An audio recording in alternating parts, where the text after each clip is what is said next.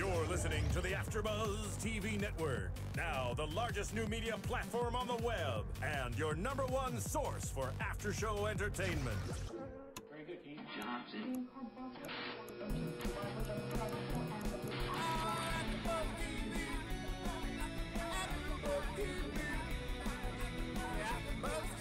From the AFTERBUZZ Studios in Los Angeles, California, presented by Maria Menounos and Bing.com, and streaming live thanks to Akamai Technologies, this is AFTERBUZZ TV's Glee After Show.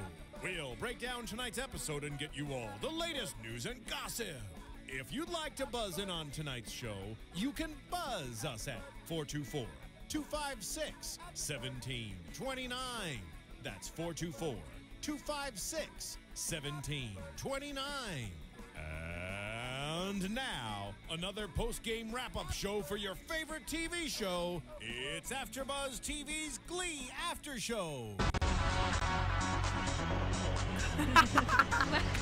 This American Idol, baby. It's all on Fox. It's all good.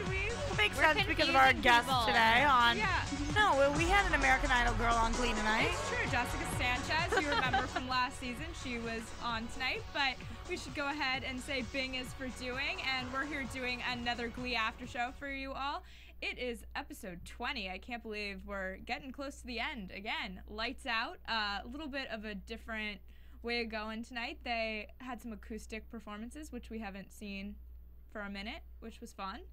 And I'm Stephanie Wenger. Hi, everyone. I'm Marisa Serafini. I'm Roxy Striar. That's Phil's girlfriend right there. We read your comments. Yes. Phil is my boy toy. She is stamped. And I'm Sarah Mendoza. I wish. I mean, Phil's blushing. He's like, shut up, Roxy. all right, so Glee. I mean, we can talk about your secret relationship as much as No, we hush, hush. Nobody can know. I know. So, Everyone does. so Glee tonight, again, another heavy episode of Glee. A few weeks ago, we had the school shooting, and now we have a whole conversation about molestation and sexual abuse. They're really going for these topics. Can I say something without you guys getting mad at me? I'm more No, than go for happy it. to I hear don't your know. opinion, Roxy. Okay, I'm leaning this way. Tonight's episode, in my honest opinion, was abysmal. It was so hard for me to sit through. I mean, the worst part was the songs. I just couldn't. The storyline's not that bad, but it was the song choice tonight.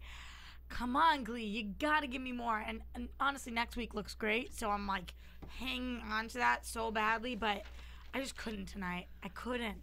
You know what's really sad to me is that the song list, when I saw it earlier today, I was really excited about the episode. I was like, these sound like fun songs. It'll be interesting to see how they play out on Glee. And for me, almost across the board, it was underwhelming.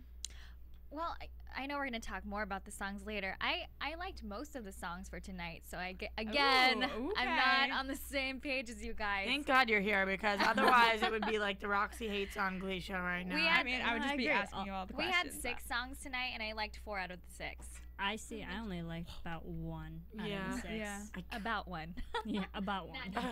I mean, I liked that they tried to do something different without the musical instruments and tried to like break away from always singing with the piano. That I really enjoyed. We'll talk about this more in our song section, but there were just some of it just didn't work for me. There's so much music out there. You have so many choices. And so many talented singers. And things about lights out and fire going out and different like power, whatever it is, there's so many things that you could have picked. Dear God, like please, throw me a bone, something. I can't. You're drunk. I might be. I don't know. We'll get into all of the like specifics about the songs in a little bit, but what did you think of the storyline? Again, serious. Glee has been going really that way this season. Well, I've always appreciated that Glee tackles issues that teens actually have to deal with. And, you know, people in college have to deal with this too. And, you know, in very unfortunate cases, children have to deal with that type of devastating abuse. I know somebody personally who has had to deal with that, and it's very real, and it's something that's tough to deal with, and you really feel like you need to have a friend in that situation.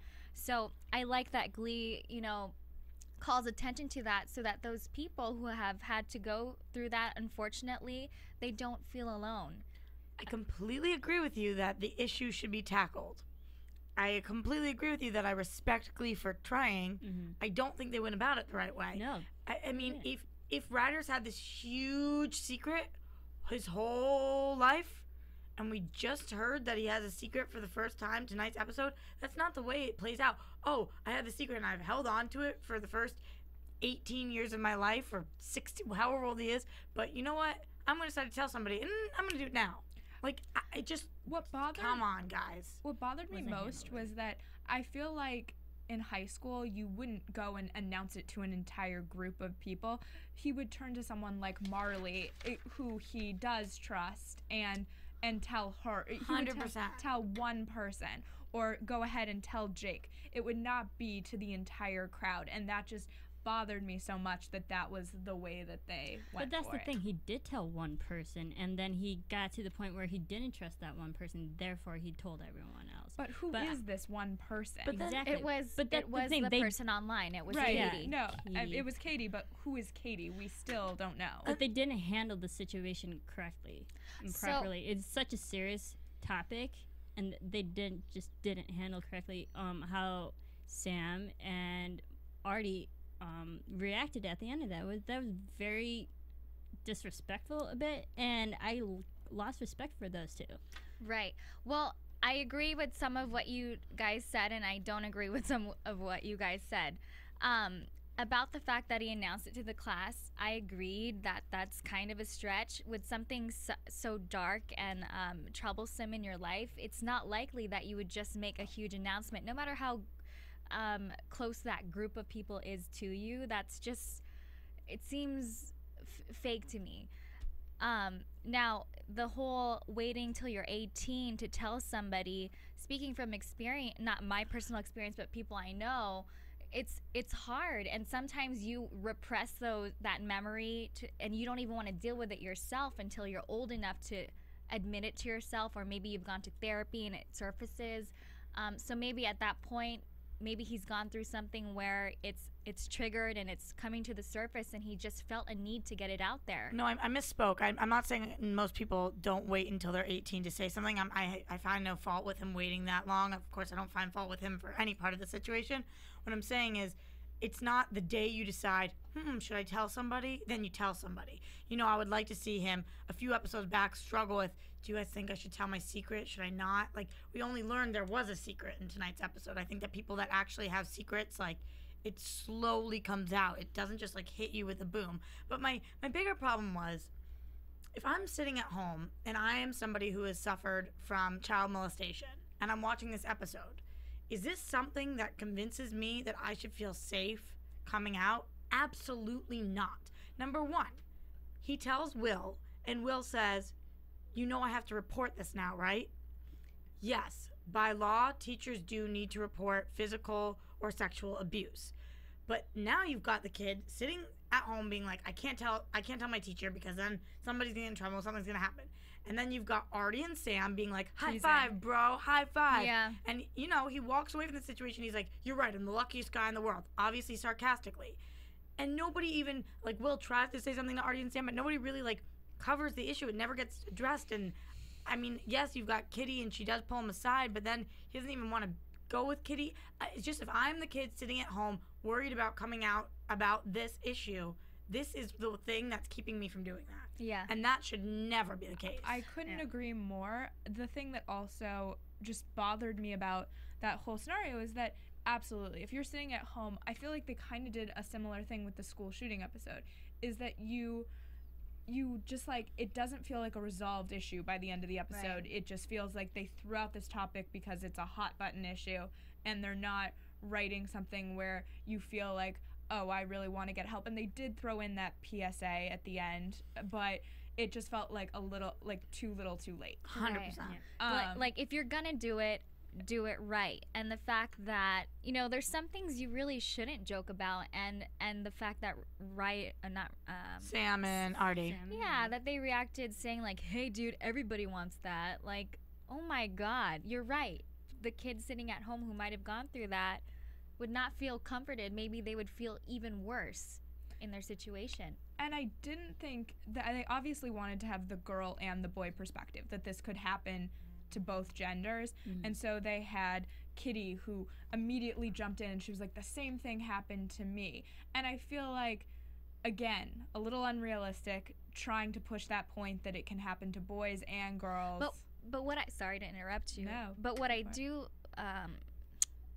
find that is realistic in situations, though, is that you really never know. Sometimes it could be the most random thing, like somebody could be a happy friend for all of the years that you've known them, and all of a sudden one day they've got this deep dark secret. I mean, the statistic being taught in America right now is that 1 in every 4 girls has been sexually molested. That's an insane number. You know, there are 4 of us sitting at this table. It's unbelievably insane. The statistic for guys is way smaller, but yes, it does happen. I think it's important to talk about. It's important to be on TV. But overall, like we're saying over and over again, the way that they did this was, in my mind, incredibly inappropriate and looking for viewers and begging for people to still watch them. And it just did not sit well with me. I just hope that they come back hopefully in the future and like resolve this and just touch up on like where they are now. Have they spoken to anyone else about this? Exactly, like resolve the issue for everybody that's going with them on that journey. Resolve it. And it even was a weird transition out of that scene. I know we were all like, what was that? And went straight into a rock song after him and Kitty were having such a serious conversation about that issue. I just feel like something that Glee really needs to work on this, hopefully in the next few episodes of this season and in the next year, is that resolution of these issues. Is that we're coming off of a shooting episode. We haven't really seen how they've recovered from that. Then we're getting this, and I hope that we're gonna see some resolution in these episodes. Instead of a new issue every episode, why don't we solve the dozens of issues we've already presented this season? Yeah, 100%. But let us know what you're thinking. You know, if you love the episode and you think it is important to obviously address these issues. I think we all agree on that, but the way they're doing it is definitely bothering us. So let us know what you think. You can go on iTunes and rate and comment on our show. We love hearing from you. We have the best people commenting on our stuff. We love reading Oh my God, it's the best. every week. Yeah, it's so much fun. So please comment and let us know what you think. Shout out to Fangirl. What is it? Fangirl what? Yeah, she's going to be my bridesmaid. Maid of honor, maybe The even. matchmaker. Yeah. Oh, and also we should mention that Phil has worked super hard on this, that you can now stream AFTERBUZZ on your phone. So if you have an iPhone, your iPad, or an Android phone, you can do it all right from your phone. So there's no reason to not miss an episode now. So go to the bathroom, take your phone, and you can still watch us. You know, I know everyone's glued to their seats. They've been watching Glee. Now they're watching us at their desktop. You gotta Glued go. to their toilet seat. These ladies are too pretty not to see their faces, so you gotta do it. But now joining that with the bathroom comment's a little weird. So Yeah.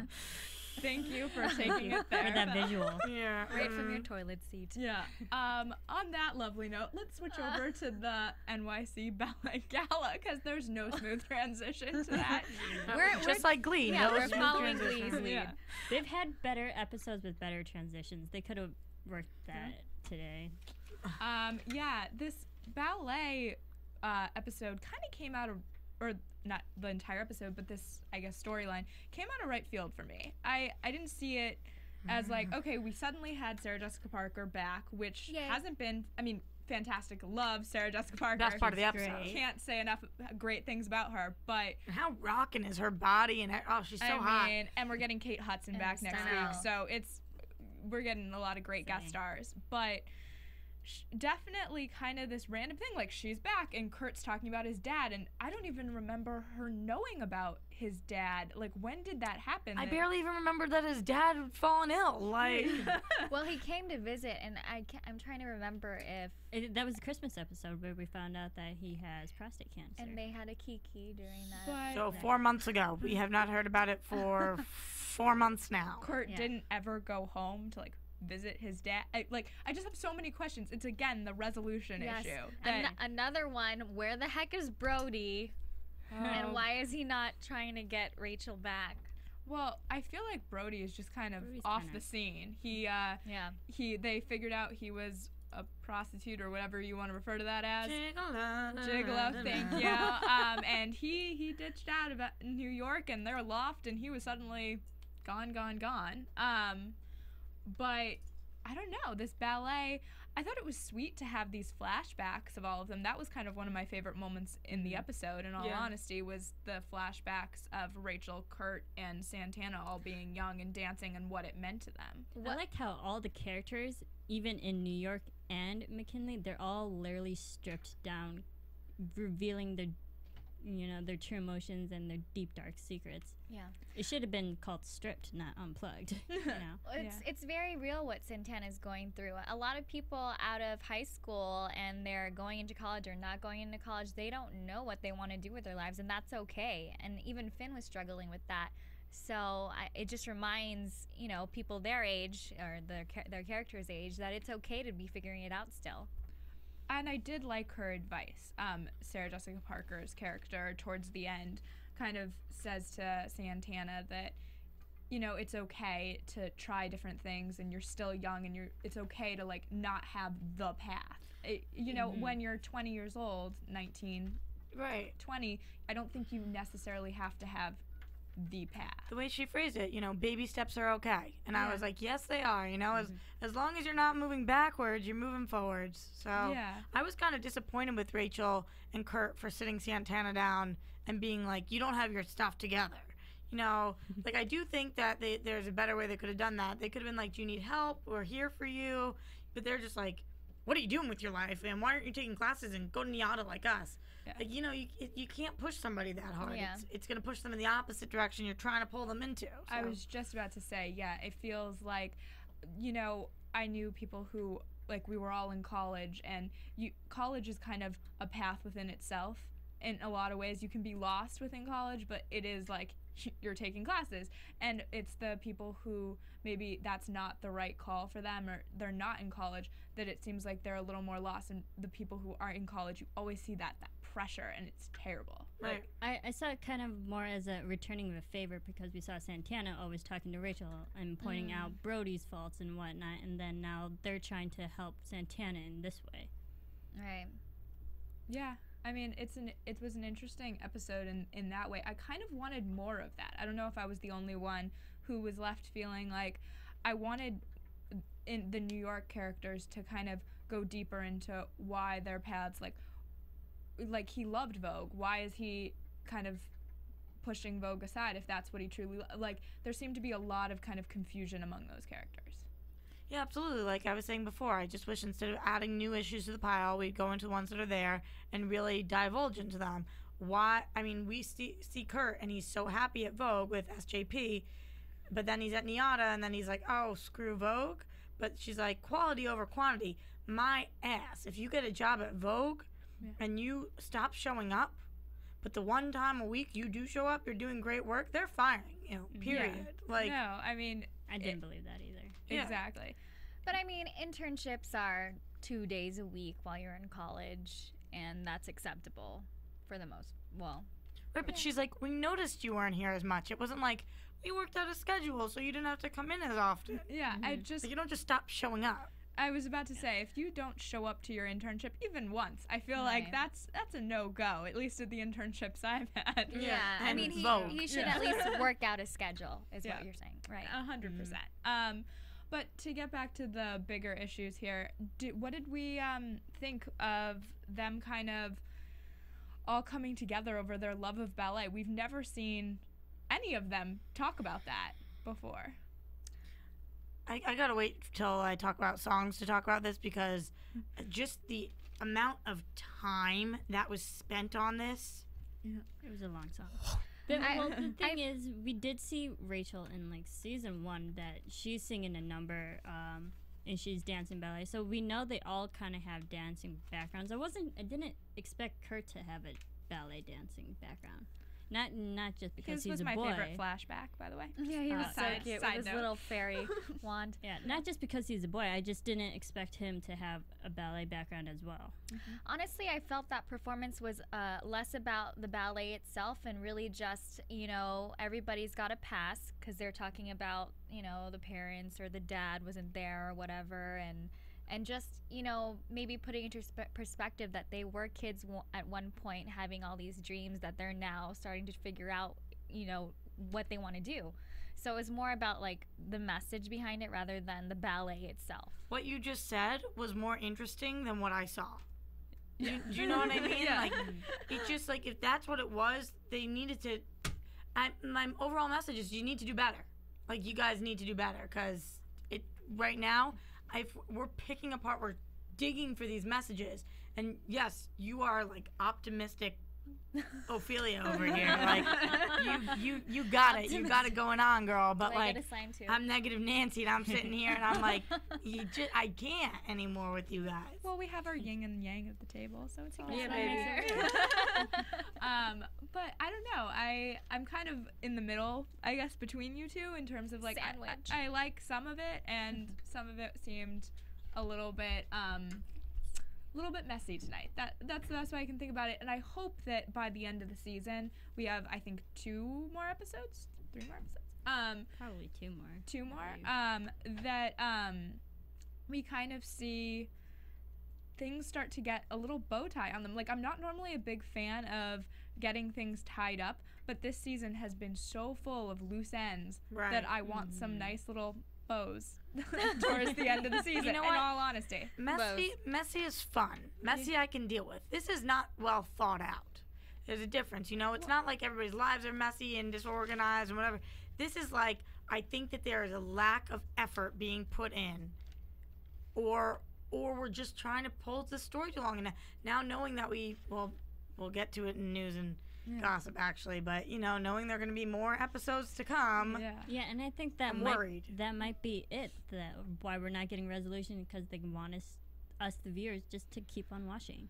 But Right. I don't believe that for a second, because I think of, I host here Pretty Little Liars, and I watch Scandal pretty regularly, and these are shows that are complicated week in, week out, and they are able, but by the end of the season, or even within each episode, you feel like there are concrete things that are happening and the story is moving forward. And with Glee, it just feels like every week we're kind of getting these capsulized experiences, and that's what's frustrating me about this season. So hopefully that will improve, I guess. And we should talk about McKinley Lights Out, which the title of the episode, and what was happening at McKinley. They had their power out for some excuse about a balloon being caught in an electrical. There were a lot of... I did not believe this power out. Yes, power goes out, obviously, but usually it only goes out for a few hours or a couple days, but a full week at McKinley, I just didn't believe that. But the loudspeaker works because that's what they're using the generator for, so that makes a lot of sense. And my favorite quote of the episode is that candles and flashlights will be distributed based on grade point average. Ha ha ha, Glee, ha ha ha. That actually was a good moment for me. We all had our little favorite moments tonight. But I also just felt like it was interesting to have... I did like that they tried to switch it up, because I feel like we've seen so many episodes with them singing at the piano and just like, and I just wanted something that was different, and we did get that with them trying to go completely unplugged. Unplugged is a great idea. Sing a Nirvana song. Do something like MTV Unplugged, VH1 Unplugged, whatever they do. Like, this concept of Unplugged, rock bands. What are you guys doing? I know we're going to talk about songs, but like REM, such a great idea. Wah, wah. It's just how I felt. Like, there's so many songs. When you think of Unplugged, think of all your favorite acoustic versions of songs.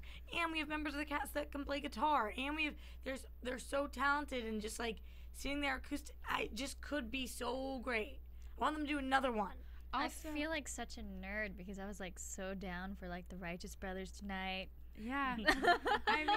Totally. Instead of, I don't know why. I just wanted like Darren, Chris, and Cord Overstreet to like pull out. They're both amazing guitar players. Amazing. And they can just play like piano too. exactly, and just get out there and jam together. Like, I wanted to see these like quiet, amazing performances that we've seen on Glee before, and just have it be that kind of acoustic night. And it just, for me, didn't work.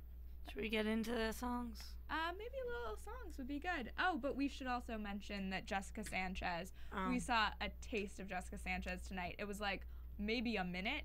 I don't know. It was Under the less. It was like 5 seconds. Frida Romero. You'll remember Jessica Sanchez, of course, is from American Idol last season. She was the runner-up to Philip Phillips. Great voice. She's a sophomore. Yeah, and I went to all the American Idol tapings last year. She can blow like the roof off of off of a theater, off of whatever. It's amazing. I mean, her voice is unbelievable. So I'm excited. Next 2 episodes, we're gonna see more of her. There you go. Woohoo! American Idol. So, I mean, I don't know if this is news and gossip, but in an interview, she said she's gonna be a part of the rival team, Right. and their group is gonna be called Who's Your Daddies? I mean, so Glee and so amazing. All That I like. Yeah. I can dig that. Yeah, I mean, some of the one-liners that Glee does, phenomenal. Yep, I mean, I give them that. Yeah, I mean, and they're still Britney's on it in that way. And Sorry, this is gonna be a tangent, so finish your thought. oh, I was just gonna say also that Jane Lynch tonight, we kind of saw her return as well, because last episode she left, and so it's kind of nice to see her back a bit, but her role is yet to be determined. Sorry to. Oh, I was just gonna also say that Becky. Yeah. It looks like she's going to confess, so that Sue's in the clear. I mean, because Blaine is gonna pressure her. I mean, that's what came out tonight. Was And that you're pissed. like, I mean, I was just like, not that she shouldn't tell the truth. Of course, that's the best call. But like, having someone who's like on your case like that is. I really thought it's because she really misses Sue, though. I think that's more of the driving force rather than Darren. It's we saw that cute moment between her and Sue where she's like, I really miss you. It's more that she hates Roz. Yeah, I was just And gonna say, yeah, I was like, Roz is not the greatest Sue. That right helps now. too, to make you miss Sue. That rhymes. Yeah, I feel like we finally are to songs because we've been referring to it for so long tonight. But should we start out with the Righteous Brothers? It's, of course, you've got that you've lost that love and feeling. I love that song. It's a great song, but it was lackluster. It was just Sam sitting there on guitar. I mean, yes, he's talented in performance, but it was too simple for me. Sarah, I was with you when I saw this on the song list for tonight. I was really excited about it because I kind of wanted it to be that song that jumps off from the very beginning of the episode and it's just like energetic and fun. And for me, it didn't do that. Roxy. When you go and see a talent show, very much so the first song of the talent show is like, this is the tone of the show. Yeah. This was the tone of the show tonight, and it was just like, okay, we're in for a long one. Yeah, and we did. But the song in general is great. It's like, if you're going to choose a song and it's a great song, put some power behind it. Give me something, guys. Sam and Ryder are both great, so I don't know why this wasn't. I know that you're upset. It's true, Phil. It's true. Wait a second. Was that? Sarah's confused. Plus, there's a little bit of ego that's getting out of control with you, I Oh, think, it's based on what your secret. friends and family are telling me. I thought it was Phil. That was But I agree with you that it just, to me, I feel like we're kind of in that mid-season lull, even though we're kind of towards the end of the season, where it just gets a little muddy. And I hope, again, that season finale, I want them to do something amazing so that I'm excited. I'm always excited for Glee, but I want to be just like, can't wait for next season. And that's always how I have been before. And so I'm hoping that they can switch it around for me after this episode. Yeah, I just gotta say, Sam's performance, because we see Artie texting throughout this whole number, and then Sam gets upset and immediately chastises Artie, and then right after, Ryder tells a very deep, dark secret that was hard to reveal, and Sam's the first one to make a rude comment about it. Sam's a child. It really just Yeah. got me upset when he literally, a couple days ago, whatever time frame this is in, he calls out Artie for something as trivial as texting. Yep. he just doesn't know that that's rude. He really is. He's very immature. Yeah, and then he doesn't grasp the concept that being sexually molested is rude. Right. Yeah. He was more focused on. Never mind. Yeah, I don't even want to say it, but I mean, I didn't believe his character tonight. Yeah, it was really frustrating to watch him kind of struggle, and you just wanted to kind of. I feel like that's one of those situations where I want to like tap on the door of the TV and be like, listen to me, but knock knock. Unfortunately, we can't have a conversation with Glee characters. Sad. And where was Brittany tonight? I mean, Brittany and that whole storyline is going to be really interesting to see how they manage it, because as we know, Heather Morris is pregnant, and so will she be back and all of that. So that's going to be a hard one, I think, for them to tie up, if you want to call it that. How do you put a bow on that? Yeah, exactly. So that's going to be a tough one for them, but hopefully she will be back. And we should move on to the next song, which was Everybody Hurts. I like this song. I don't know that I liked the way they did it. This was the song that I was looking forward to the most of this episode, and all I have to say is I love Ryder. I really do. He was not emotionally ready to handle this song, and imagine had this been Darren Criss. This song would have been blown out of the water if he had done the acoustic version like he did for Teenage Dream with a little bit of the tears. He could have crushed this song, and I think this was Ryder's moment to shine, and he just didn't. And I think he could. I think he has it in him. Maybe it was an off day filming. You know, I think last week when we saw him crying and yelling at Marley and yelling at Jake, I saw that emotion there that we haven't seen yet. And if he just brought that tonight, but he didn't do it. And all I was thinking was Darren would have crushed this. On top of that, something else that trivialized it for me was, they showed B-roll of people getting slushied. Is that really the deepest thing you've had to go through when last week there was a shooting? Like, I wanted them to bring it back there. Absolutely. That's where the pain is supposed to be lying right now, in that shooting ordeal that happened the week before, not your slushying. But I think the slushy B-roll was the only thing that added to this number, which made Everybody Hurts make sense, why he's singing this song. But, I mean, imagine, instead of cutting to people being slushied, which does suck, but, like, them on the ground in that room again, crying, or, and scared about the alleged shooter. People have been heartbroken. People have come out of the closet. People have been in the school shootings. People have been cheated on. People have been in car accidents. People have had parents that have terminal illnesses. People have lost, whatever it is, these characters, they've built up all this backstory. How amazing would a montage be in this moment of all of their stuff that's happened to them in the last few seasons, and instead you've got Tina getting slushied in the face? I'm sorry that, like you're saying, it is, being slushied is uncomfortable. That would suck. I can't imagine. I've never been slushied myself, but I can imagine that would hurt.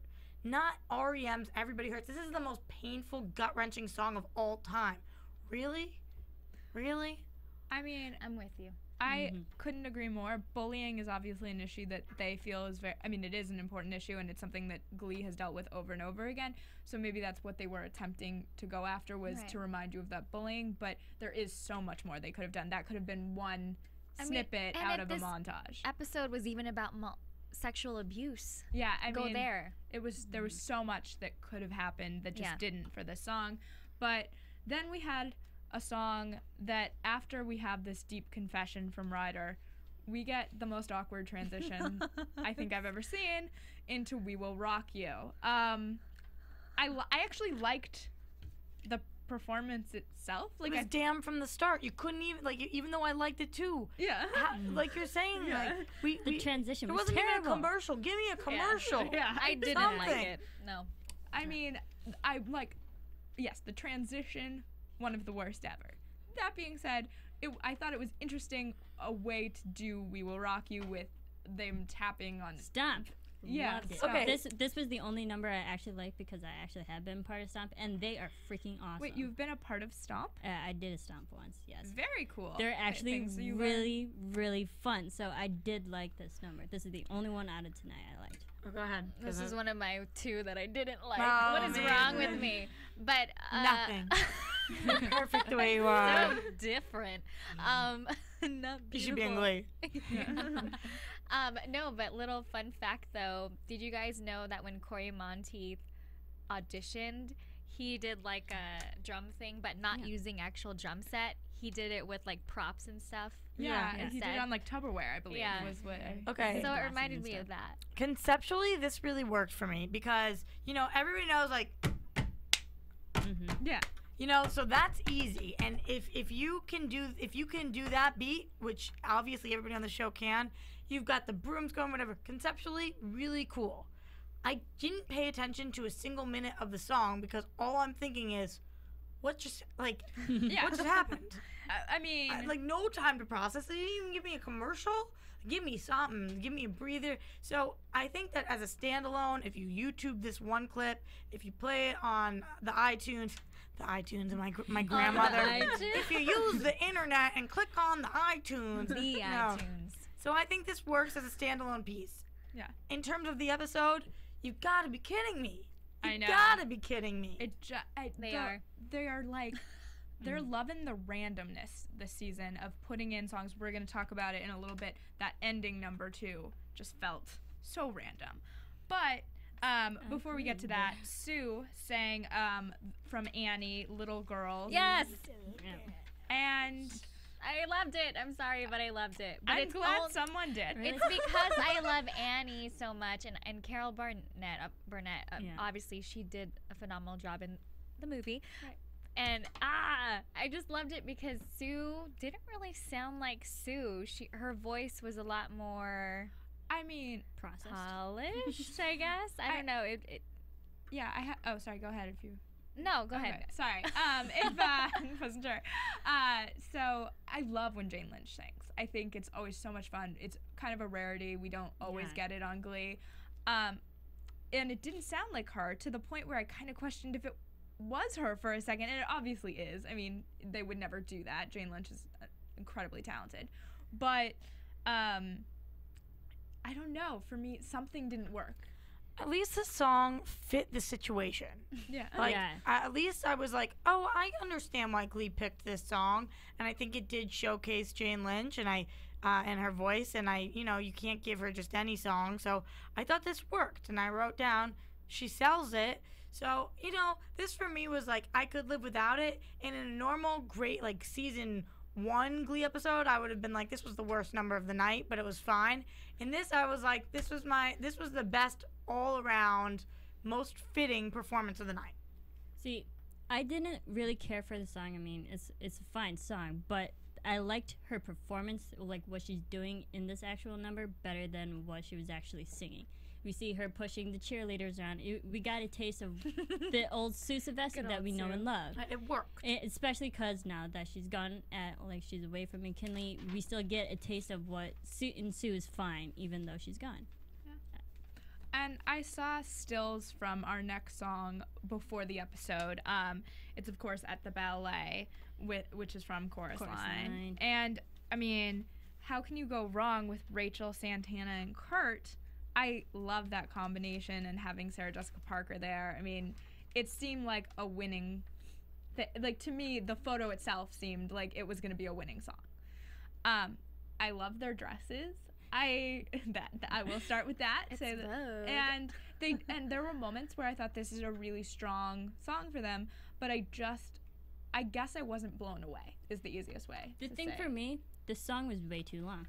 Too long. It was way too long. Yeah. But the thing is, this song in the musical is this long, and another factor of this performance that this in the musical of Chorus Line, when they're singing this, they're giving backstories, but that's to the characters in the Chorus Line musical, not to the characters in Glee. So I didn't believe why they're singing that part, because we have seen some numbers where they're singing and like that Chicago song that they sang a couple weeks ago. I'm totally blanking right now, it was Moulin Rouge. Sorry, but there was dialogue. Elephant. Yeah, there was dialogue that still made sense to the Glee characters and also to what they used in the movie. But this episode, it didn't make sense to their characters. Honestly, I think that they picked the song because there was a ballet, so if the title fit, like you're saying, it was just simply too long. Yeah. There was nothing that these actors could have done to make it better. They all gave it their absolute most. Sounded fantastic. Sounded fantastic. Great. I Too am a long. musical theater person. That's what my background's in. I love musical theater, and I wrote down, I'm in pain so long. Yeah. And I love every person on stage. I really like this song. I like a chorus line. I love Glee. There should be no reason why I'm sitting there with my head in my hands thinking, geez, when is this over? Well, when do I come on here and say that a still photograph makes me excited for a song? And that combination, there's no reason why it shouldn't have worked. I am going to yang Roxy's yang right now, and Go for it. Baby. Yeah. I also am a musical theater fanatic. I've, I think we all are. theater conservative. No, just me, guys.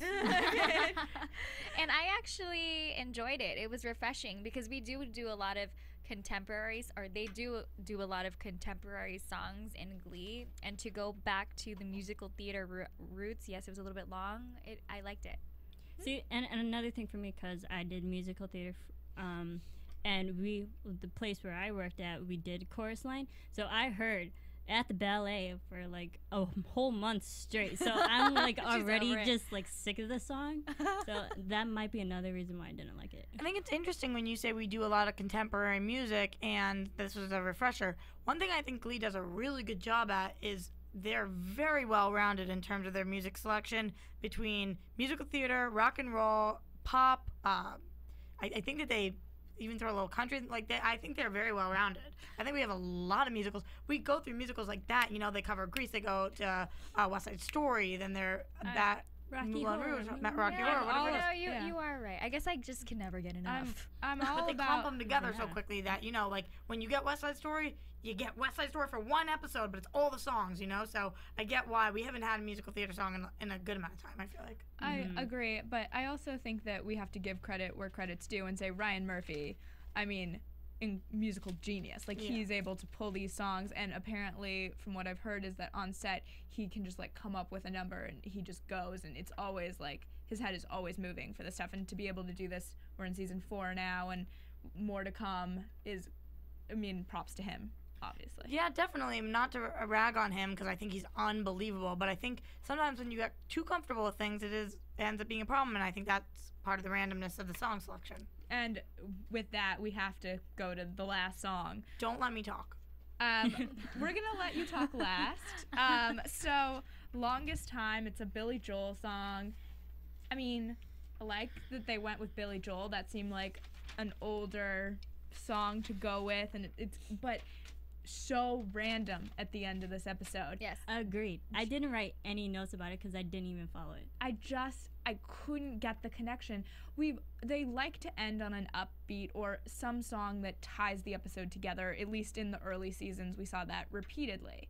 But it always had a connection. It was like standing up for yourself or whatever the theme of the episode was. Tonight, how sexual abuse goes to this song, please tweet me, comment, whatever. I really would love to know. Like, I don't know. How did you girls feel about it? Yeah, I thought it was random too. It's a good song, but why is it there? Yeah. Roxy? No, I'm not kidding. Like, you don't want to... Okay, we won't unleash you over here. If you don't have something nice to say, don't say anything at all. I mean, I think we're already... There's so gone many... down that how you path. feel, yeah. There's so many other songs they could have gone with and could have sang a cappella. Literally a cappella way better. than I this. also kind of wanted a song tonight from Matthew Morrison, just about like I feel like as a teacher, if you had someone admit that in your class, like, wouldn't you want to like sing out about your own feelings about that? Like, they're just we didn't get any reaction from Matthew Morrison other than I'm gonna have to tell on you, which is a terrible reaction. Right. I don't know, but that was just kind of a random thought that I wrote down, that I was just like, where's Matthew Morrison's perspective? Like, see, I'm sorry to cut you off, No. but another thing is, if we wanted a little bit more resolution to Ryder, we should have had a scene with Will talking to Ryder about this. there was you know? so much more that needed to be said, and that's really all it was. And to waste all this time on long songs, as we've mentioned, and songs that didn't fit in the episode when you have such a big issue is very sad, and it's a little upsetting in all honesty. But should we go into some news and gossip? Let's do it. Yeah. I think we should. Yeah. Let's get off that. AfterBuzz TV News. we are going to hear from Matthew Morrison. He, of course, put out his first solo record last year, I believe, and he is coming out with a new one.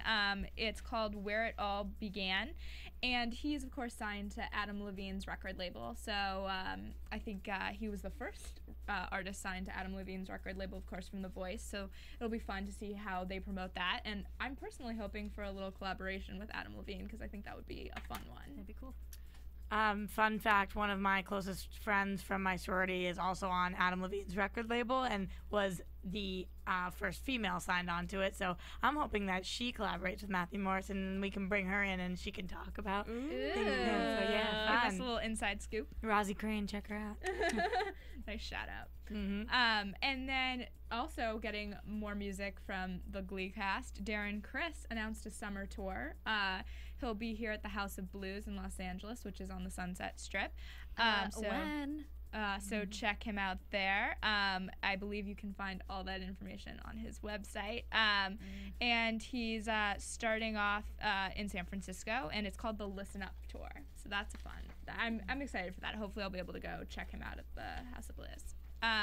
And then we have more Glee support for Corey Monteith, who of course is in rehab, and Jane Lynch, who has had her own struggles with substance abuse. She stopped drinking at the age of 31, told Access Hollywood that she's really proud of him. I think you get to a point, and this has to happen, and it happened to me, where you decide to renew your vows to your sobriety, and of course Corey Monteith has had struggles in the past with this as well, and what's interesting is he's about the same age as she was when she decided to stop drinking. So right, yeah.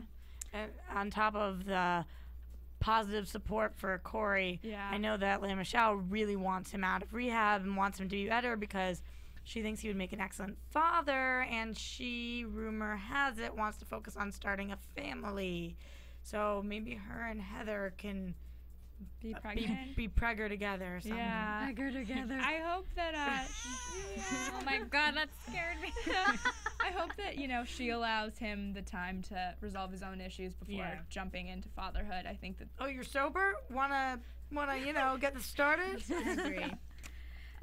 He needs personal time to take care of himself first. Absolutely. Yes, we're rooting for him. I mean, you know how much I love Finchel, so a Finchel baby would be exciting, but I just hope that that happens in the future. In real life, first in line for the babysitting job, huh, Stephanie? Yeah, I know, exactly. Monchel, I guess I should say. Finchel, Monchel, whatever.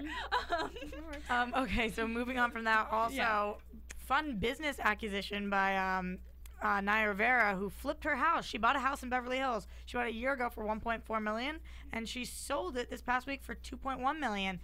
Just, casual profit. Go get it, girl. 50%. That's doubling. Also, we should mention, we should have done it at the beginning of News and Gossip. If all you Gleeks out there haven't heard, you're getting tons more Glee here. All right, 2 more seasons of Glee, which is super exciting. So they're signed on through season 6. So we're getting lots more Glee and lots more songs. So hopefully they hear us. I know. Hear our prayers. I mean, hopefully more resolutions. I have to say, I'm in till the end of the show. Like, regardless of how I feel at this particular moment, 100% same. I'm in. We are here. What is this? Gleeks. Gleeks on 3. 1, 2, 3. Gleeks. One more news bit. Also, for Jessica Sanchez, who we said earlier was the finalist in last season's American Idol. She is coming out with her debut album called Me, You, and the Music, and that's due out on April 30th. So you have 5 more days left to go check her out and buy her album. So when you're perfect timing too, especially with her performance on Glee. Yeah, exactly. And so when you're rating and commenting on iTunes about AfterBuzz, you can go and get some albums as well. So that'll be a good reason to go on iTunes for sure. Predictions? I'm so excited for Stevie Wonder. I mean, can I say that I'm hoping for a Darren Criss Stevie Wonder? That'll be amazing. I think that's the one that I'm most excited about. Absolutely. I mean, I'm excited about the plot lines next week too, though, guys. I agree. Yeah. Was it Mercedes I saw becoming the vocal coach? Yes, she's like back. Just having her back in there. Amber Riley, where have you been all my life? So I'm excited for that, and the big Blaine. I was gonna say proposal. Blaine considering proposing And talking to Bert about it. Yeah, I mean that's some serious stuff. I drew a ring on my pad of paper. That's how excited I was. I predict that Kurt, I was gonna say Corey, sorry, Kurt will be confused. Like, wait a second, where did this come from? Well, I hope that that's a driving force for him to, he's kind of figuring out his own direction, and is it gonna be kind of, they've been, yes, they're together, no, they're not, and so I hope it kind of is the thing that either brings them back together or splits them apart. Like, I feel like at this point, just to have a decision, it would be good. I have a couple. First, we see last week Rachel in her audition. I think because it's Glee and because, she's Rachel Berry, I really do think that she'll probably get the role of Fanny. But let me ask you something. So we know that next week is all Stevie Wonder songs. Does that mean her callback, she's singing a Stevie Wonder song?